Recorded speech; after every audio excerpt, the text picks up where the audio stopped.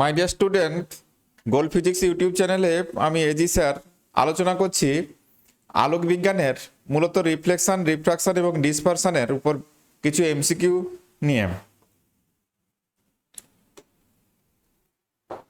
প্রথমেই যে এমসিকিউটি আছে, ফোকাস দৈর্ঘ্য বিশিষ্ট অবতল দর্পণের মেরুতে সূর্য থেকে আগত রশ্মি থিটা কোণ করে সূর্যের ব্যাস ক্যাপিটাল ডি, দর্পণ কর্তৃক গঠিত সূর্যের প্রতিবিম্বের ব্যাস কত হবে, এটা আমাকে নির্ণয় করতে হবে। তাহলে অবতল দর্পণ এরকম আছে। এই অবতল দর্পণের মেরু, মেরু বলতে এই অংশটাকে বোঝায় মিড পয়েন্ট। অবতল দর্পণ এটা হচ্ছে প্রিন্সিপাল অ্যাক্সিস বা প্রধান অক্ষ বলে। সূর্য অনেক দূরে আছে, আমরা ধরে নেব ইনফাইনাইট ডিস্টেন্সে আছে ওই মেরু থেকে।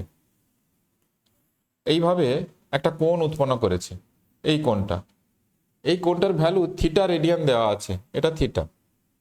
সূর্যের ব্যাস এইটা হচ্ছে ডি, এটা ডি। তাহলে প্রতিবিম্বটা এইরকম একটা জায়গাতে হবে। সেটা অবশ্যই কোথায় গঠিত হবে? সূর্য যদি এই দর্পণ থেকে অসীম দূরত্বে থাকে তাহলে প্রতিবিম্বটা ফোকাসে গঠিত হবে। ফোকাসে, এটা আমরা জানি, অসীম দূরত্ব থেকে আলো এলে ফোকাসে প্রতিবিম্ব হয়। তাহলে এখানে ফোকাসে প্রতিবিম্ব গঠিত হবে। তার মানে এইখান থেকে মেরু পর্যন্ত দূরত্ব, এই জায়গা থেকে মেরু পর্যন্ত দূরত্ব, এটা যদিও আমরা প্রতিবিম্ব দূরত্ব ভি দিয়ে লিখি, এই দূরত্বটাকে, এটা ভি সমান এই ক্ষেত্রে হবে এফ, ফোকাস দূরত্ব। আর এখানে বস্তু দূরত্ব কোনটা? এইখান থেকে এটা হচ্ছে ইউ এখানে অনেক দূরে আছে।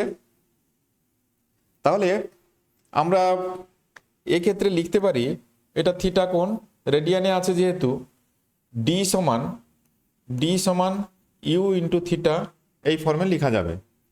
আবার আমরা যদি বিবর্ধন গুণাঙ্ক এম সমান এভাবে লিখি, এম সমান হয় কি ভি বাই ইউ। এক্ষেত্রে ভি সমান বললাম এফ, আর এটা আছে ইউর জায়গায় আমরা এখান থেকে যে মানটা পাচ্ছি ডি বাই থিটা বসিয়ে দেব। তাহলে ডি বাই থিটা, বা এম সমান হচ্ছে এটা এফ থিটা বাই ডি। আবার এম এর যে ডেফিনেশন, বিবর্ধন গুণাঙ্ক এম এর যে ডেফিনেশন, এটা সমান জানি আমরা এই যে প্রতিবিম্বের যে ব্যাস, এটাকে যদি স্মল ডি ধরি, প্রতিবিম্বের ব্যাস ডিভাইডেড বাই বস্তুর ব্যাস, এখানে মানে প্রতিবিম্বের উচ্চতা বাই বস্তুর উচ্চতা যেমন ছিল ডেফিনেশনে, এখানে তাহলে ব্যাস দিয়ে আমি বলে দিতে পারি এটা। তাহলে এম একবার এদিক দিয়ে বলছি, একবার এটা বলছি। তাহলে এই দুটোকে যদি আমরা কম্পেয়ার করি, এটা 1 আর এটা 2 ফর্মে ধরে নিয়ে যদি কম্পেয়ার করি, তাহলে D by capital D equal to F theta by D. ডিটা কেটে গেল, তাহলে ডি ইকুয়াল টু হবে এফ থিটা। তাহলে প্রতিবিম্বের ব্যাস কত হবে? এফ থিটা হবে। তাহলে এখানে যে অপশানগুলো দেওয়া আছে তার মধ্যে 3 নম্বর অপশানটার সঙ্গে মিলছে, এটাই হবে। নেক্সট, একটি অবতল দর্পণের ফোকাস থেকে 4 সেন্টিমিটার দূরে একটি বস্তুকে রাখা আছে। অবতল দর্পণ, তার ফোকাস। অবতল দর্পণ এটা মেরু, আমি ধরলাম ফোকাসটা এরকম একটা জায়গাতে আছে, এটা ফোকাস। অবতল দর্পণের ফোকাস থেকে 4 সেন্টিমিটার দূরে একটি বস্তুকে রাখা আছে। এইখান থেকে এই দূরত্বটা, এটা হচ্ছে 4 সেন্টিমিটার, এটা এইখানে বস্তুটি আছে। ফলে দর্পণের ফোকাস থেকে 9 সেন্টিমিটার দূরে একটি সদ্বিম্ব গঠিত হয়েছে। ফোকাস থেকে 9 সেন্টিমিটার দূরে এইখানে ধরো একটা সদ্বিম্ব গঠিত হয়েছে, এটা ফোকাস, এটা হচ্ছে 9 সেন্টিমিটার, এটা। তাহলে এই দূরত্বটা হচ্ছে ফোকাস দূরত্ব। দর্পণের ফোকাস দৈর্ঘ্য কত হবে এটা নির্ণয় করতে হবে। তাহলে এক্ষেত্রে ইউ সমান তাহলে এখানে এফ আর এটা 4, এই দুটো যোগ হবে, এফ প্লাস 4 এত সেন্টিমিটার যদি সাইনের কথা বিবেচনা করো, এটা যেহেতু বাম দিকে তাহলে মাইনাস সাইন। এবারে ভি, ভি সমান কত আছে, এটাও তো এফ, তাহলে F plus 9, F plus 9 minus sine এত সেন্টিমিটার। আর আর এই দর্পণের ফোকাস দূরত্ব, এই দর্পণের ফোকাস দূরত্বকেও আমরা নেগেটিভ সেন্সে ধরবো। তাহলে দর্পণের যে সমীকরণ ছিল 1/v plus 1/u equal to 1/f, তাহলে এটার ভ্যালু কত বসবে, 1/-f প্লাস 9, এটা হবে প্লাস 1/-f প্লাস 4। আর অবতল দর্পণের ক্ষেত্রে এফ তো ইটসেলফ নেগেটিভ, তাহলে এটা মাইনাস, তাহলে অলরেডি সব প্লাস হয়ে যাবে। তাহলে সবগুলো যদি প্লাস হয়ে যায় তাহলে আমরা কি লিখবো এখন, আর এটা হবে F plus 9 into F plus 4 equal to, সবগুলো মাইনাস সাইনকে তুলে দিয়েছি, তাহলে তো এটাই থাকছে, তাহলে উপরে থাকছে F plus 4 plus F plus 9 equal to 1/f। বা এটাকে আমি সমাধান করি, তাহলে কত হবে, এটা হবে 2f প্লাস 13, 2f প্লাস 13 একবার করে দিচ্ছি, তাহলে 2 কোনাকুনি গুণ করলে 2f square plus 13f equal to, ওটা হবে F square, F square plus 9 × 13, 13f plus 9 × 36 এটা দাঁড়াবে। তাহলে 13fটা বোথ সাইডে চলে যাবে এটা, তাহলে একদিকে যদি আনি এফ স্কোয়ারগুলোকে, তাহলে F square equal to 36, F equal to 6, F equal to 6 centimetre, 6 centimetre. তাহলে ফোকাস দৈর্ঘ্য এখানে 6 সেন্টিমিটার। এখানে যেহেতু মাইনাস সাইন আমি এখানে ধরে নিয়েছি, তার কারণে এখানে প্লাস দিয়ে উত্তর এসছে, না হলে মাইনাস দিয়ে আসতো, তো আমার ওটা দেখার দরকার নেই, আমি মাইনাস দিয়ে ধরে নিয়েছি যেহেতু, তাহলে 6 সেন্টিমিটার শুধু ভ্যালুটাই বলবো এখানে। এখানে যেহেতু ভ্যালুগুলো দেওয়া আছে তাহলে ভ্যালুগুলোই বলবো। দিক বলতে এখানে উল্টা দিকে, মানে দর্পণটার এই দিকে পিছনের দিকে থাকছে, অ্যাকচুয়ালি সামনের দিক বলতে এটা, এটা পজিটিভ দিক হিসাবে ধরা হয়, এক্ষেত্রে এই দিকেই আছে 6 সেন্টিমিটার, এটাই সঠিক উত্তর। নেক্সট, একটি উত্তল দর্পণ দ্বারা গঠিত প্রতিবিম্বের বিবর্ধন, বিবর্ধন এম দিয়ে লেখা হয়, এম সমান 1/p। যদি দর্পণের ফোকাস দৈর্ঘ্য এফ হয় তাহলে বস্তু দূরত্ব কত হবে। তাহলে উত্তল দর্পণ, তাহলে উত্তল দর্পণটা এরকম, এরকম ব্যাপার, এর এই দিকে ফোকাসটা থাকে। তো এক্ষেত্রে প্রতিবিম্বের বিবর্ধন, এক্ষেত্রে কোনো বস্তুর যে প্রতিবিম্ব হয় সেটা অসৎ প্রতিবিম্ব এদিকে ছোট করে দেখা যায়। তাহলে এক্ষেত্রে বস্তু দূরত্ব হচ্ছে এটা ধরা হয়, আর প্রতিবিম্ব দূরত্ব বলতে এটা। তাহলে এক্ষেত্রে এটা হবে v/u, মাইনাস সাইন কারণ ইউ নেগেটিভ ভি পজিটিভ, তাহলে একটা নেগেটিভ অন্যটা পজিটিভ হলে এটা সামনে একটা মাইনাস সাইন থাকছে, এটা ইকুয়াল টু 1/p। আর দর্পণের ক্ষেত্রে সাধারণ যে সমীকরণ সেটা আমরা জানি, সেটা কত হবে, এখানে একটি উত্তল দর্পণ দ্বারা গঠিত প্রতিবিম্বের বিবর্ধন 1/p। যদি দর্পণের ফোকাস দৈর্ঘ্য এফ হয় তাহলে বস্তু দূরত্ব কত হবে, এটা আমাকে বের করতে হবে।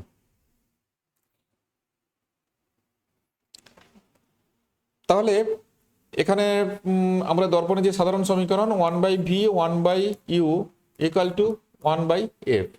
আচ্ছা, এখানে সরাসরি যে v/uর মানটা বসাতে চাইছি, তাহলে v/uর মান বসাতে চাইছি, তাহলে এটাকে আমি যদি ইউ দিয়ে গুণ করে দিই তাহলে কি হবে, অর 1/ এটা যদি ইউ দিয়ে গুণ করি তাহলে এটা v plus 1 equal to u/f। এটা কেন, এখানে বস্তু দূরত্ব বের করতে চাইছি, ইউর মান বের করতে চাইছি, তাই ইউ দিয়ে গুণ করছি, কারণ এইদিকে ইউটা থেকে যাবে, তাহলে ইউর মানটা বেরিয়ে আসবে।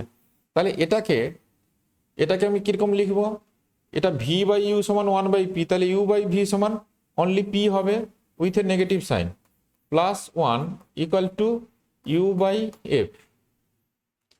তাহলে এখান থেকে u সমান কি হবে, f ইন্টু 1 মাইনাস পি, এটা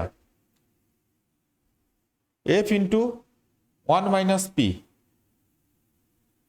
তাহলে এটা উত্তর হবে এই প্রথমেরটা, f ইন্টু 1 মাইনাস পি, এই ফর্মেই উত্তর আছে।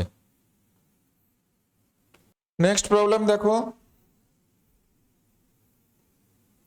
একটি উত্তল দর্পণের ফোকাস দৈর্ঘ্য f, তার সামনে মেরু থেকে f দূরত্বে একটি বস্তু রাখা হলে তার প্রতিবিম্বের দূরত্ব কত হবে। একটি উত্তল দর্পণ এইভাবে আছে, যার ফোকাস দূরত্ব বলতে এই দূরত্ব, এইটা হচ্ছে ফোকাস, এইটা হচ্ছে f। তার সামনে মেরু থেকে, মেরু বলতে কোনটা, এই বিন্দুটা, f দূরত্বে একটি বস্তু রাখা হলো, এটাও f দূরত্বে একটা বস্তু আছে, এই দূরত্বটা f। তাহলে এখানে u সমান মাইনাস f, আর তার প্রতিবিম্বের দূরত্ব কত হবে, তাহলে v সমান কত হবে বের করতে হবে। আর এখানে ফোকাস দূরত্ব তো f দেওয়া আছে, তাহলে সমীকরণ 1/v 1/u equal to 1/f, বা 1/v সমান 1/f মাইনাস 1/u, বা 1/f ইউর জায়গায় কত বসবে, মাইনাস f বসবে, তাহলে এটা প্লাস হয়ে যাবে, f সমান 2/f, তাহলে v সমান f/2। তাহলে এই ক্ষেত্রে ওই প্রতিবিম্ব দূরত্ব হবে f/2, মানে এইটা 3 নম্বর অপশনটা সঠিক। নেক্সট, সেভিং গ্লাস বলতে আমরা দাড়ি কাটার সময় যে ধরনের মিরর ইউজ করি সেটার সম্পর্কে জানতে চাইছে, ওটা হবে কনকেভ মিরর। ওই বড় করে দেখার জন্য এটা ব্যবহার করা হয়, দাঁতের ডাক্তাররাও ব্যবহার করে, এই একই জিনিস, কনকেভ মিরর থাকে ওখানে। নেক্সট, এরপরে প্রথমে গেল প্রতিফলনের, আলোর যে প্রতিফলন বিভিন্ন তলে, অর্থাৎ এখানে কার্ভ সারফেসের প্রতিফলনটাই মেনলি আছে। প্লেন মিররের প্রতিফলন খুব ইজি থাকে বলে ওগুলো থেকে এই জায়গাতে কোশ্চেন কম থাকে। এখানে ওই জন্য কার্ভ সারফেস থেকে প্রতিফলনের ক্ষেত্রে যে সমীকরণ থাকে, সেই সমীকরণ থেকে কয়েকটা প্রবলেম কি হতে পারে দেখলাম। এরপরে আছে প্রতিসরণ সংক্রান্ত কিছু সমস্যা। প্রতিসরণ মানে এখানে প্রতিসরাঙ্কের ব্যাপার থাকবে, আলোর বেগ থাকবে। দেখে নি কি আছে, 1.5 প্রতিসরাঙ্ক বিশিষ্ট এবং 2 মিলিমিটার বেধযুক্ত কোনো কাঁচের স্ল্যাবের মধ্য দিয়ে আলোকরশ্মি যেতে কত সময় লাগবে। তার মানে একটা বেশ মোটা স্ল্যাব আছে, তাহলে আলো এর মধ্যে দিয়ে পাস করছে, তো এই মাধ্যমে যেতে কত সময় লাগবে। থিকনেস দেওয়া আছে 2 mm, গ্লাস স্ল্যাব একটা দেওয়া আছে, এটা যেতে কত সময় লাগবে, টিটা বের করতে হবে। টি সমান কত, লাইটটা এখানে দিয়ে পাস করবে যখন, টি সমান কত হবে। তাহলে আমাদের এই মাধ্যমে আলোর বেগটা জানলে কাজটা সহজেই হয়ে যাবে। তাহলে আমরা টাইম সমান এই বেধ ডিভাইডেড বাই আলোর বেগ করে দিলে পেয়ে যাব সময়টা কত আছে। তাহলে আমরা প্রতিসরাঙ্কের সঙ্গে এই মাধ্যমের যে প্রতিসরাঙ্ক মিউ, এই মাধ্যমে আলোর বেগ হচ্ছে ভি, আর শূন্য মাধ্যমে আলোর বেগ সি, এদের মধ্যে একটা সম্পর্ক জানি। সম্পর্কটা হচ্ছে মিউ সমান c/v। মিউটা কি, এই মাধ্যমের প্রতিসরাঙ্ক, অর্থাৎ শূন্য মাধ্যমের সাপেক্ষে এই মাধ্যমের প্রতিসরাঙ্ক, যেটাকে আমরা কোনো মাধ্যমের পরম প্রতিসরাঙ্ক বলে থাকি, সেটা সমান কত দেওয়া আছে, 1.5 সমান এখানে সি শূন্য মাধ্যমে আলোর বেগ 3 × 10⁸ ডিভাইডেড বাই ভি। ভিটা হচ্ছে এই যে কাঁচের মধ্যে আলোর বেগ, তাহলে ভি সমান 3 × 10⁸ ডিভাইডেড বাই 1.5 সমান 2 × 10⁸। এইটা তাহলে এই কাঁচের মধ্যে আলোর বেগ হচ্ছে 2 × 10⁸ মিটার পার সেকেন্ড, এটা হচ্ছে মিটার পার সেকেন্ড। তাহলে এই কাঁচের স্ল্যাবটার মধ্যে দিয়ে আলো যেতে কত সময় লাগবে, আলোটা তো বেরিয়ে যাবে, বেরিয়ে যেতে কত সময় লাগবে। তাহলে টি সমান দূরত্ব ডি বাই ভি। ডি বলতে এখানে 2 মিলিমিটার, তাহলে 2 মিলিমিটার মানে এটাকে আমরা যদি মিটারে করি 2 ইন্টু 10⁻³ এইটা ডিভাইডেড বাই ভি বলতে এখানে 2 ইন্টু 10⁸। তাহলে কত হবে এটা, এটা করলে আসবে 10⁻8 9 10 11 10⁻11 এত সেকেন্ড। তার মানে এখানে 3 নম্বর অপশানটি কারেক্ট, 3 নম্বর। নেক্সট, তাহলে এটা গেল পরম প্রতিসরাঙ্ক সম্পর্কিত একটা প্রবলেম, পরম প্রতিসরাঙ্ক। তাহলে শূন্য মাধ্যমের আলোর বেগের সঙ্গে এই যে কোনো মাধ্যমের আলোর বেগের যে অনুপাত, সেটাকে আমরা মাধ্যমের পরম প্রতিসরাঙ্ক হিসাবে ধরে থাকি। এরপরে একটা প্রবলেম আছে, দেখো কাঁচ ও জলের পরম প্রতিসরাঙ্ক দেওয়া আছে, জলের সাপেক্ষে কাঁচের সংকট কোণ। তাহলে এখানে আপেক্ষিক প্রতিসরাঙ্কের একটা ঘটনা দেখতে পাচ্ছি। তাহলে কাঁচের পরম প্রতিসরাঙ্ক মানে কাঁচ মিউ জি কার সাপেক্ষে, এয়ার এর সাপেক্ষে, এটা কত আছে 3/2। আর জলের ওয়াটারের কাঁচ এয়ারের সাপেক্ষে কত আছে 4/3 এটা। তাহলে জল সাপেক্ষে কাঁচের সংকট কোণ কত হবে, তাহলে জল সাপেক্ষে কাঁচের প্রতিসরাঙ্কটা কত হচ্ছে প্রথমে আমাদের দেখে নিতে হবে। তাহলে প্রতিসরাঙ্ক mu water to glass, mu water to glass, তার মানে কত হবে mu glass air to glass mu air to water. তাহলে কত আসছে ওটা, গ্লাসের ক্ষেত্রে 3/2 আর এটা হচ্ছে 4/3 সমান ওটা হবে কত mu water to glass equal two 9/8। এইটা 9/8। এখন বের করতে হবে সংকট কোণ। সংকট কোণের সঙ্গে মাধ্যমের পরম প্রতিসরাঙ্কের সম্পর্ক আছে। সংকট কোণ সাইন থিটা সি হলে সাইন থিটা সি সমান 1/μ, ওই যে যেটা থাকবে রিলেটিভ রিফ্র্যাক্টিভ ইন্ডেক্স বা আপেক্ষিক প্রতিসরাঙ্ক, এখানে তাহলে ওয়াটার টু গ্লাস হবে। এটাই হচ্ছে সংকট কোণের সঙ্গে মাধ্যমের পরম প্রতিসরাঙ্কের সম্পর্ক। তাহলে সাইন থিটা সি সমান 1/9/8 সমান 8/9। তাহলে থিটা সি সমান কত হবে, সংকট কোণ থিটা সি সমান সাইন ইনভার্স 8/9, সাইন ইনভার্স 8/9, অর্থাৎ এখানে 4 নম্বরটি সঠিক আছে। নেক্সট, একটি প্রিজমের প্রতিসারক কোণ 60 ডিগ্রি। প্রতিসারক কোণ, প্রিজমের প্রতিসারক কোণ কোনটা, এটা যদি প্রিজম হয়, প্রিজমের প্রতিসারক কোণ বলতে এই কোণটা এ ইকুয়াল টু 60 ডিগ্রি। প্রিজমটির একটি প্রতিসারক তলে আপতিত রশ্মির ন্যূনতম চ্যুতি কোণ 90 ডিগ্রি। তাহলে আলোক রশ্মি ধরো এই তলে পড়ছে, এটা এইভাবে এইভাবে ওটা বেরিয়ে যাচ্ছে। তাহলে অ্যাঙ্গেল অফ ডেভিয়েশন, অর্থাৎ এই যে অ্যাঙ্গেলটা, এই যে অ্যাঙ্গেলটা, angle of deviation delta equal to কত আছে 30 degree, delta equal to 30 degree. প্রিজমটির উপাদানের প্রতিসরাঙ্ক কত হবে, তাহলে প্রতিসারক কোণ angle of deviation minimum deviation যেটা আছে, এটাকে অনেক সময় এরকমভাবে লেখা হয় ডেল্টা এম দিয়ে। এটার সঙ্গে আমাদের রিফ্র্যাক্টিভ ইন্ডেক্সের সম্পর্কটি জানতে হবে। সম্পর্কটা এরকম ছিল, মিউ সমান sine A plus delta M by 2 divided by sine A by 2। তাহলে এখানে সাইন এর মান কত 60 প্লাস 30/2 ডিভাইডেড বাই সাইন 60/2 সমান কত দাঁড়াচ্ছে 37 90 90/2 মানে সাইন 45 ডিগ্রি, আর এটা হচ্ছে সাইন 30 ডিগ্রি।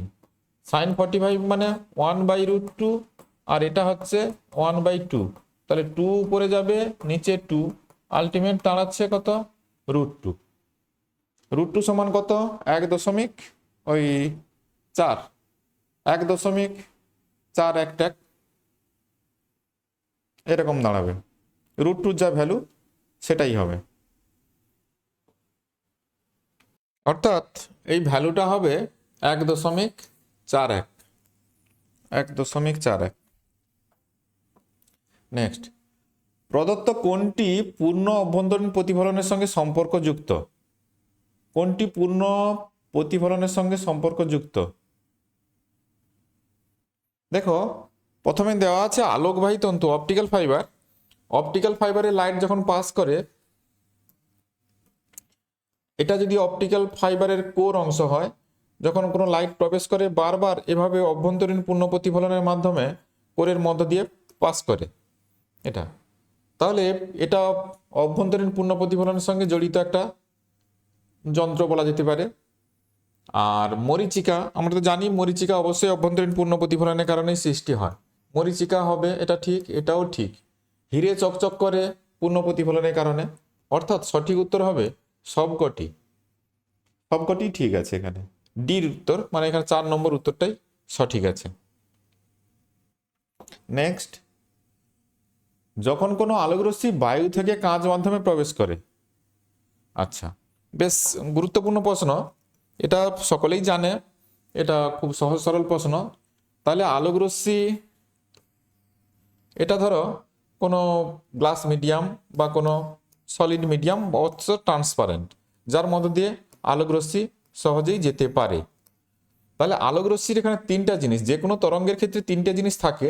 একটা হচ্ছে ভেলোসিটি, একটা তরঙ্গ দৈর্ঘ্য, আর একটা থাকে কম্পাঙ্ক, সেটাকে অনেক সময় এফ বা এন চিহ্ন দিয়ে আমরা সূচিত করি, অনেক সময় নিউ চিহ্ন দিয়েও লেখা হয়। তা 3টা জিনিস, এটা হচ্ছে বেগ, এটা হচ্ছে তরঙ্গ দৈর্ঘ্য,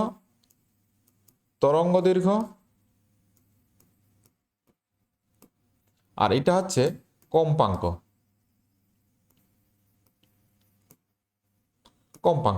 3টা জিনিস থাকে। তাহলে এই আলোটা যখন এর মধ্যে প্রবেশ করে, তখন এখানে এসে এই 3টা জিনিসের কোনটার পরিবর্তন হয়? এখানে বেগ যেটা থাকে, এই মাধ্যমে যে বেগটা কমে যায়, ঘন মাধ্যমে এলে বেগ ডিক্রিজ করবে। আর তরঙ্গ দৈর্ঘ্য, আমরা সম্পর্কটা জানি ভি সমান এফ ইন্টু ল্যামডা। তাহলে বেগ ডিক্রিজ করে, কিন্তু কম্পাঙ্কের কোনো পরিবর্তন হবে না, এফটা এফই থাকবে। তাহলে এটা যদি কমে যায়, তাহলে সঙ্গে সঙ্গে প্রপোর্শনাল ওয়েটে ল্যামডাটাও ডিক্রিজ করে যাবে। তাহলে এক্ষেত্রে ল্যামডাও ডিক্রিজ করবে, কমে যাবে। তাহলে যখন আলোকরশ্মি কোনো লঘু মাধ্যম, মানে আলোর বিচারে লঘু মাধ্যম, এখানে কাঁচ আলোর বিচারে লঘু মাধ্যম হিসেবে কাজ করবে। তো তাহলে লঘু মাধ্যম, এটা লঘু মাধ্যম ছিল প্রথমটা, এটা লঘু মাধ্যম, আর এটা হচ্ছে অপটিক্যালি ডেন্সার মিডিয়াম, ঘন মাধ্যম। তাহলে লঘু মাধ্যম থেকে যখন ঘন মাধ্যমে প্রবেশ করে, আলো যখন লঘু মাধ্যম থেকে ঘন মাধ্যমে প্রবেশ করে, তখন এর কম্পাঙ্কের কোনো পরিবর্তন হয় না, কেবল বেগ আর তরঙ্গ দৈর্ঘ্যের পরিবর্তন হয়, দুটোই কমে যাবে। তাহলে দেখো, আলোকরশ্মি বায়ু থেকে কাঁচ মাধ্যমে প্রবেশ করছে, তাহলে গতিবেগ ও কম্পাঙ্ক দুটোরই পরিবর্তন হবে না, এটা হবে না। কম্পাঙ্ক তরঙ্গ দৈর্ঘ্যের পরিবর্তন হয় না, কম্পাঙ্কের হবে না। তরঙ্গ দৈর্ঘ্য গতিবেগের পরিবর্তন হয়, হ্যাঁ, শুধুমাত্র কম্পাঙ্কের পরিবর্তন হয়। তাহলে এক্ষেত্রে 3 নম্বর অপশানটি সঠিক হবে, তরঙ্গ দৈর্ঘ্য গতিবেগের পরিবর্তন হয়। তাহলে ভি আর ল্যামডার পরিবর্তন হচ্ছে, আমরা দেখতে পাচ্ছি ভির পরিবর্তন হচ্ছে আর ল্যামডার পরিবর্তন হচ্ছে, কম্পাঙ্কের কোনো পরিবর্তন হয় না। আর প্রতিফলনের ক্ষেত্রে এই প্রসঙ্গে বলে রাখি, আলোকরশ্মি যখন প্রতিফলন হয়, সেটা প্লেন মিরার হতে পারে, এটা কোনো প্লেন মিরারে হতে পারে, আলোকরশ্মি গিয়ে পড়ে আবার ফিরে এলো। তো এক্ষেত্রে তাহলে ভি, এটা যে যাচ্ছে ভি ল্যামডা এফ, পরে ভি ল্যামডা এফ, এগুলো কোনোটারই কোনো পরিবর্তন হবে না, সব সেম থাকবে। তাহলে প্রতিফলনের সময় কোনো চেঞ্জ হয় না, কিন্তু প্রতিসরণের সময় লঘু থেকে ঘনতে গেলে এই ভি আর ল্যামডা কমে যাবে, আর যদি ঘন থেকে লঘুতে আসে তাহলে সেটা বেড়ে যাবে, কম্পাঙ্কের কোনো পরিবর্তন হবে না। নেক্সট, আলোর তরঙ্গদৈর্ঘ্য বায়ুতে ৭,২০০ আর্মস্ট্রং হলে কাঁচে কত হবে? বেশ, আমরা একটু আগে দেখলাম একটা সম্পর্ক আছে মিউ সমান সি বাই ভি। মিউ সমান সি বাই ভি। সিটা হচ্ছে শূন্য মাধ্যমে আলোর বেগ বা বায়ু মাধ্যমে আলোর বেগ, ভিটা হচ্ছে ওই কাঁচ মাধ্যমে আলোর বেগ। এটা হচ্ছে কাঁচের প্রতিসরাঙ্ক। এই যে মিউ লিখেছি, মিউটা হচ্ছে কাঁচের প্রতিসরাঙ্ক। এটা সমান সি সমান হয় কি নিউ ল্যামডা বা এন ল্যামডা, যা ইচ্ছা লিখতে পারো। ল্যামডা এটা কোথায়? এয়ারে। আর এটা নিউ ইন্টু ল্যামডা, এটা গ্লাস। তো এই যে কম্পাঙ্ক, আমি বললাম প্রতিসরণের সময় কম্পাঙ্কের কোনো পরিবর্তন হয় না। তাহলে দুটো ক্ষেত্রে, বায়ু থেকে যখন কাঁচে আলোটা প্রবেশ করেছে, দুটি ক্ষেত্রেই কম্পাঙ্ক একই থাকবে। তাহলে কম্পাঙ্কটা কেটে গেল, তাহলে থাকছে কিটা? Lambda air, lambda air by lambda glass. এইটা মিউ সমান, তা মিউর মান বসিয়ে দিই 1.5 ইকুয়াল টু ল্যামডা এয়ার কত দেওয়া আছে বায়ুতে তরঙ্গ দৈর্ঘ্য 7200। তাহলে আমাকে বের করতে হবে ল্যামডা গ্লাস, ল্যামডা গ্লাস বা lambda glass equal to 7200 by 1.5। তাহলে এটা যদি করি 7200 আর একটা শূন্য দিয়ে দিই নিচে 15, এটা তাহলে এটা কাটবে। আচ্ছা, একটু কাটাকুটি করে নিচ্ছি। 5 দিলে 3, 5 কে 5, 2 4, 4 0 0, তাহলে 3 4 12 8 0 0, 4 8 0 0, 4 8 0 0 এত আর্মস্ট্রং হবে। 4 8 0 0 মানে এখানে 3 নম্বর অপশনটি সঠিক আছে। 3 নম্বর 4 8 0 0। নেক্সট, 60 ডিগ্রি কোণের একটি প্রিজমের ন্যূনতম চ্যুতির অবস্থানে একটি আলোকরশ্মি আপতিত হলো। প্রিজমের প্রথম পৃষ্ঠে প্রতিসরণ কোণ, এটা বের করতে হবে। বেশ ভালো প্রশ্ন। এগুলোতে কোনো বিশেষ ডেটা বসাতে হবে না, বড় কোনো সূত্রও নেই। তাহলে এটা দেওয়া আছে 60 ডিগ্রি, যেটাকে আমরা এ কোণ বলি, এ ইকুয়াল টু 60 ডিগ্রি। প্রিজমটা ন্যূনতম চ্যুতির অবস্থানে আছে, একটা আলোকরশ্মি আপতিত হলো। আলোকরশ্মি একটা প্রিজমে আপতিত হয়েছে, এইভাবে গেছে, এইভাবে বেরিয়ে গেছে। প্রিজমের প্রথম পৃষ্ঠে অর্থাৎ আপতন পৃষ্ঠে প্রতিসরণ কোণ, তাহলে এখানে আলোকটা এইভাবে গেছে, তাহলে আপতন কোণ এটা আই, এইটা হচ্ছে এটা R1, আর এইখানে যে প্রতিসরণ কোণ হয় সেটা হচ্ছে R2, এটা আমরা জানি। আচ্ছা, এখানে আরও শর্ত কি জানি, এগুলো আমরা সব মাধ্যমিক লেভেলে প্রমাণ করেছি। এ সমান R1 প্লাস R2 হয়। এ সমান প্রিজমের এই কোণটার সঙ্গে এই কোণটার এই কোণটার সমষ্টির সঙ্গে ম্যাচ করে যায় এটা। আবার প্রিজম যখন ন্যূনতম চ্যুতির অবস্থানে থাকে তখন এইরকম শর্ত আছে I1 সমান I2, এটা হচ্ছে I1 আর এই কোণটা হচ্ছে I2। তাহলে I1 সমান I2 হয় এবং R1 সমান R2 হয়, এটা আমরা জানি। ন্যূনতম চ্যুতির শর্ত এটা, এটা আর এটা। তাহলে এখানে এ শর্তটা লাগবে না, লাগবে কোনটা? এইটা লাগবে। তাহলে আমি বসিয়ে দিই এ সমান, তাহলে আমাকে বের করতে হবে R1 এর ভ্যালুটা। তাহলে R2 সমান R1 বসিয়ে দিই, তাহলে R1 প্লাস R1 সমান 2R1। তাহলে R1 সমান কত হবে? A/2 সমান এর ভ্যালু কত দেওয়া আছে? 60 ডিগ্রি। তাহলে 60 ডিগ্রি আর এটা 2 সমান কত হবে? 30 ডিগ্রি। এটা তাহলে 2 নম্বর অপশনটি সঠিক আছে, এটা 30 ডিগ্রি হবে।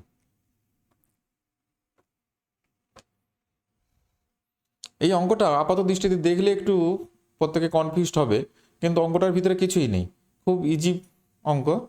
এইটা শুধু একটু মাথায় রাখলেই হয়ে যাবে। এ সমান R1 প্লাস R2, আর এই যে ন্যূনতম চ্যুতির ক্ষেত্রে R1 সমান R2। একটি মাধ্যমের সংকট কোণ 60 ডিগ্রি।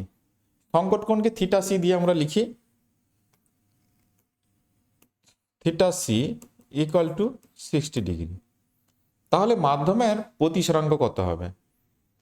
তাহলে প্রতিসরাঙ্কের সঙ্গে সংকট কোণের সম্পর্ক 1 বাই এটা হয় সাইন থিটা সি সমান 1 বাই সাইন 60 ডিগ্রি সমান সাইন 60-র ভ্যালু কত হয় √3/2, তাহলে 2 উপরে যাবে 2/√3 হবে। অর্থাৎ এখানে 2 নম্বর অপশানটি সঠিক আছে। একটি আলোকরশ্মি স্বচ্ছ ধাতুর একটি স্ল্যাবের উপর আপতিত হয়ে পৃষ্ঠ থেকে আংশিকভাবে প্রতিফলিত ও স্ল্যাবের মধ্য দিয়ে আংশিকভাবে প্রতিসৃত হয়। ছবিটা একটু আঁকলে বিষয়টা পরিষ্কার বোঝা যাবে। তাহলে আলোকরশ্মি আপতিত হলো, কিছুটা অংশ প্রতিফলিত হয়েছে আর কিছুটা প্রতিসৃত হয়ে গেছে, এদিকে গেছে, এটা প্রতিসৃত রশ্মি। স্ল্যাবের মধ্যে আংশিকভাবে প্রতিসৃত হয়। প্রতিফলিত ও প্রতিসৃত রশ্মিগুলি পরস্পরের সঙ্গে লম্ব থাকে, তার মানে এই কোণটা এইটা এটা এটা 90 ডিগ্রি কোণ, এটা 90 ডিগ্রি। স্ল্যাবে আপতিত রশ্মি অভিলম্বের সঙ্গে আই কোণ তৈরি করে, এইটা হচ্ছে আই কোণ। তাহলে স্ল্যাবের প্রতিসরাঙ্ক মিউ কত হবে? তাহলে এটা যদি আই কোণ হয় তাহলে এ কোণটা এটা নিশ্চিত আই হবে, আর এই কোণটা হচ্ছে প্রতিসরণ কোণ আর হবে। তাহলে দেখো এই পুরো কোণটা এই পুরো কোণটা এইখান থেকে এইটা পুরোটা হচ্ছে 180 ডিগ্রি। তাহলে এইখান থেকে এটা 90 ডিগ্রি, এই কোণটা 90 ডিগ্রি। তাহলে এই কোণটা আর এই কোণটা উপরেরটা মানে আই আর আর মিলে হবে 90 ডিগ্রি। তার মানে আমি এদিকে যদি লিখি I plus 90 degree plus R equal to হচ্ছে 180 ডিগ্রি। তাহলে আই প্লাস আর সমান 90 ডিগ্রি এটা। তাহলে এখানে আছে এয়ার ধাতুর একটি স্ল্যাবের উপর আপতিত হয়ে, এটা ধাতব প্লেট, এটা ধাতুর এটা প্লেট এইভাবে আছে ধাতব প্লেট। তাহলে এটা এয়ার আর এটা মেটাল সারফেস। তাহলে এই মেটাল সারফেসের যে প্রতিসরাঙ্ক এয়ারের সাপেক্ষে মিউ সমান কি হয় সাইন আই বাই সাইন আর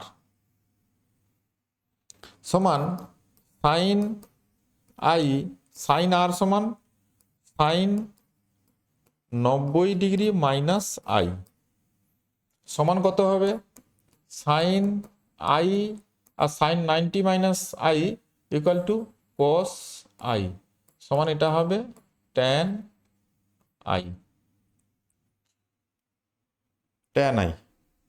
তার মানে 1 নম্বর অপশানটা মিউর মান হবে ট্যান আইর সঙ্গে সমান। দেখি পরে কি আছে। এরপরে যেটা আছে এখানে বিচ্ছুরণের ব্যাপার সংক্রান্ত আছে, মানে এটা আলোর বিচ্ছুরণ যে ঘটনাগুলো আছে যে চ্যাপ্টারের অন্তর্গত সেইখান থেকেই এই এমসিকিউটি দেওয়া আছে। একগুচ্ছ সমান্তরাল সাদা আলোকরশ্মি প্রিজমের একটি তলে আপতিত হলো। একটা প্রিজম আছে, এখানে সাদা আলোকরশ্মি আপতিত হয়েছে, সাদা আলোকরশ্মি অন্য তল থেকে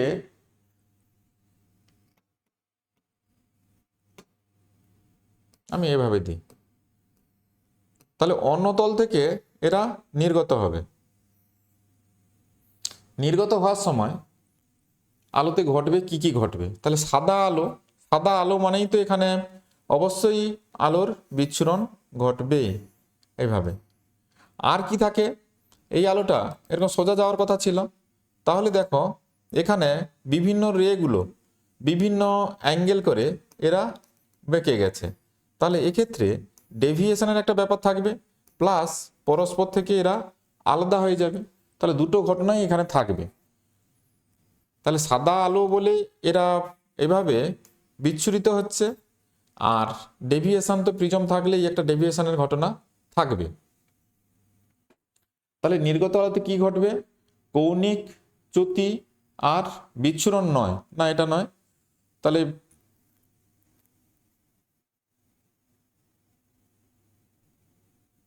বিচ্ছুরণ ও কৌণিক চ্যুতি উভয়ই, তাহলে এটা দুটোই হবে। 3 নম্বর অপশানটি সঠিক আছে। বিচ্ছুরণ ও কৌণিক চ্যুতি উভয়ই ঘটবে, এখানে দুটো ঘটনাই ঘটছে, অর্থাৎ সির অপশানটা কারেক্ট আছে, 3 নম্বর অপশান কারেক্ট। প্রিজমের বিচ্ছুরণ ক্ষমতা, ডিসপারসিভ পাওয়ার, বিচ্ছুরণ ক্ষমতা ইংরেজিতে ডিসপারসিভ পাওয়ার বলে থাকি। ডিসপারসিভ পাওয়ার শান্ত ওমেগা চিহ্ন দিয়ে লেখা হয় বিচ্ছুরণ ক্ষমতাকে। এটা সমান ওই মার্জিনাল রে দুটো থাকে, এখানে মার্জিনাল রে বলতে এখানে দুটো রের কথা বলেছে, ব্লু আর রেড। অর্থাৎ এই যে প্রিজমের মধ্য দিয়ে আলোকরশ্মি যাওয়ার সময় এটা সাদা আলো যদি পাঠাই, ওরা তো 7টা কালারে ভেঙে যায় এভাবে। তাহলে সব থেকে এখানে থাকছে ডেভিয়েশনের দিক থেকে দেখলে, ডেভিয়েশন যদি বিচার করি তাহলে ডেভিয়েশন হচ্ছে এইটা, এটা এটা হচ্ছে ভায়োলেট থাকে, আর সব থেকে কাছের দিকে রেড থাকে। এবারে কোনো ক্ষেত্রে কোনো স্পেকট্রামের ক্ষেত্রে সেটা ভায়োলেট না হয়ে কখনো ব্লু থাকতে পারে মার্জিনাল কালার হিসাবে, এদিকে রেড থাকতে পারে। সেটা তোমাকে প্রবলেমে যা বলা থাকবে সেটাকে ধরে নিতে হবে। আর এটাকে আমরা তখন ডেল্টা ভি, আর এই অ্যাঙ্গেলটাকে আমরা ডেল্টা আর বলি, এটাকে ডেল্টা ভি। তাহলে এখানে কিন্তু প্রবলেমে সেখানে ভায়োলেট কালার মার্জিনাল নেই, ব্লু আছে, মানে ভায়োলেটের পর এখানে ব্লু থাকে, তাহলে ব্লু আর রেডকে মার্জিনাল কালার হিসাবে ধরতে বলেছে। তাহলে এমনিতে যেটা যদি ভায়োলেট আর রেড থাকে সেক্ষেত্রে ওমেগা সমান লেখা হয় delta V minus delta R by by delta, এটা লেখা হয়। তাহলে এক্ষেত্রে আমরা লিখব omega equal to delta B blue minus delta R by delta. তাহলে ডেল্টা বি মানে এখানে ব্লু কালারের জন্য যে ডেভিয়েশন আসছে, আর ডেল্টা আর মানে তাহলে রেড কালারের জন্য ডেভিয়েশন, আর ডেল্টা হচ্ছে এদের মধ্যবর্তী বর্ণের জন্য যে ডেভিয়েশনটা থাকে। মধ্যবর্তী বর্ণ এখানে কি ধরতে হবে আমি সেটা বলছি। এটা সমান, এটাকে আবার এরকম লিখে, কারণ delta equal to mu minus 1 into A, এটা হয়। তো সেই রুল লাগিয়ে দিলে এটা দাঁড়াবে mu B minus mu R by, এটা হবে মিউ মাইনাস 1। মিউ বিটা কি? ব্লু কালারের জন্য মাধ্যমের ওই যে প্রিজমের উপাদানের প্রতিসরাঙ্ক, আর মিউ আরটা কি? রেড কালারের জন্য এই প্রিজমের উপাদানের প্রতিসরাঙ্ক। মিউটা কি? এদের মধ্যবর্তী বর্ণ, সাধারণত ইয়োলোকে মধ্যবর্তী বর্ণ এক্ষেত্রে ধরা হয়। তবে ওটা বের করার নিয়ম কি? তুমি এই যে রিফ্র্যাক্টিভ ইন্ডেক্সগুলো দেওয়া আছে, এই যে মিউটার মান কি করে পাবে? এই দুটো রিফ্র্যাক্টিভ ইন্ডেক্সকে যোগ করে 2 দিয়ে ভাগ করবে, দিলেই গড় প্রতিসরাঙ্ক বেরিয়ে আসবে। তাহলে এটা হবে 1.6 মাইনাস 1.4 ডিভাইডেড বাই, এটা অ্যাড করে 2 দিয়ে ডিভাইড করলে হবে 1.5, মানে গড় প্রতিসরাঙ্ক যেটা মাইনাস 1। তাহলে এটা হবে 0.2 ডিভাইডেড বাই, এটা হবে 0.5, মানে 2/5। 2/5 মানে এটা হবে 0.4। 2/5 মানে ওটা হচ্ছে 0.4। তাহলে প্রথম উত্তরটাই ঠিক আছে। নেক্সট, আকাশের রং নীল বর্ণের কারণ, এটা কিসের জন্য হয়? স্ক্যাটারিং অফ লাইট, মানে আলোর বিক্ষেপণের জন্য। যার সঙ্গে আমাদের ইন্ডিয়ান সায়েন্টিস্ট সিভি রমনের নাম জড়িত আছে, বিক্ষেপণ।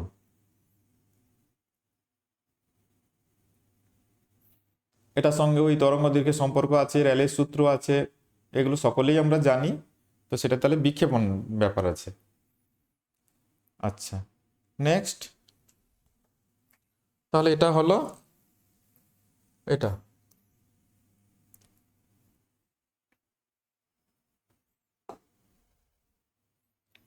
যে দুটি আলোর কৌণিক বিচ্ছুরণ সর্বাধিক,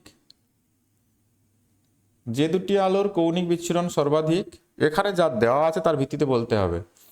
তাহলে আমি বললাম বেগুনি আর লাল হয়, যে দুটি আলোর মধ্যে কৌণিক বিচ্ছুরণটা সর্বাধিক তা হলো, তো বেগুনি আর লাল হয়, কিন্তু এখানে বেগুনি নেই, বেগুনির পরে যে কালার আছে তাহলে সেটা দিয়ে ম্যাচ করাতে হবে, মানে লাল ও নীল হবে, মানে দুইয়ের অপশানটি সঠিক আছে, লাল ও নীল।